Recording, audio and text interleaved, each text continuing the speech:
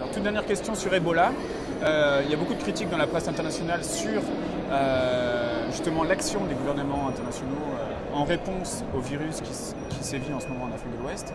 Je crois savoir que vous allez en Guinée ce week-end, justement en réponse par rapport à ce virus. Quel est votre message et quel rôle la France veut jouer et quelle aide allez-vous apporter justement en réponse à cette épidémie?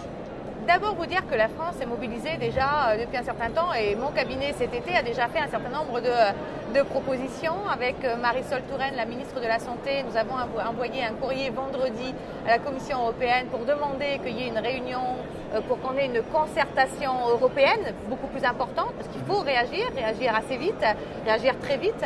Nous avons aussi au plan international un certain nombre de messages que nous sommes en train de faire passer au-delà de l'aide que la France peut apporter. Et puis je me déplace en Guinée. Alors pourquoi en Guinée? Parce que tout simplement on va aussi essayer de faire en sorte que pour qu'il y ait une meilleure efficacité, une meilleure cohérence, chacun puisse éventuellement intervenir sur des pays ciblés. Donc la France s'est proposée effectivement d'intervenir davantage sur la Guinée. C'est pour ça que je m'y rends, pour un message qui est de dire nous sommes à vos côtés, mais aussi de dire nous sommes aux côtés des soignants, nous sommes aux côtés des bénévoles. Donc vous apportez des moyens également? Alors, il y aura un certain nombre d'annonces sur place, sur des moyens financiers, au-delà de ceux qui ont déjà été annoncés par la France, par l'Europe et par la communauté internationale. L'idée, c'est de dire avançons beaucoup plus vite et en cohérence, parce qu'il n'y a pas que la question effectivement de l'épidémie Ebola. L'épidémie Ebola, c'est aussi l'ensemble d'un système de santé qui s'est écroulé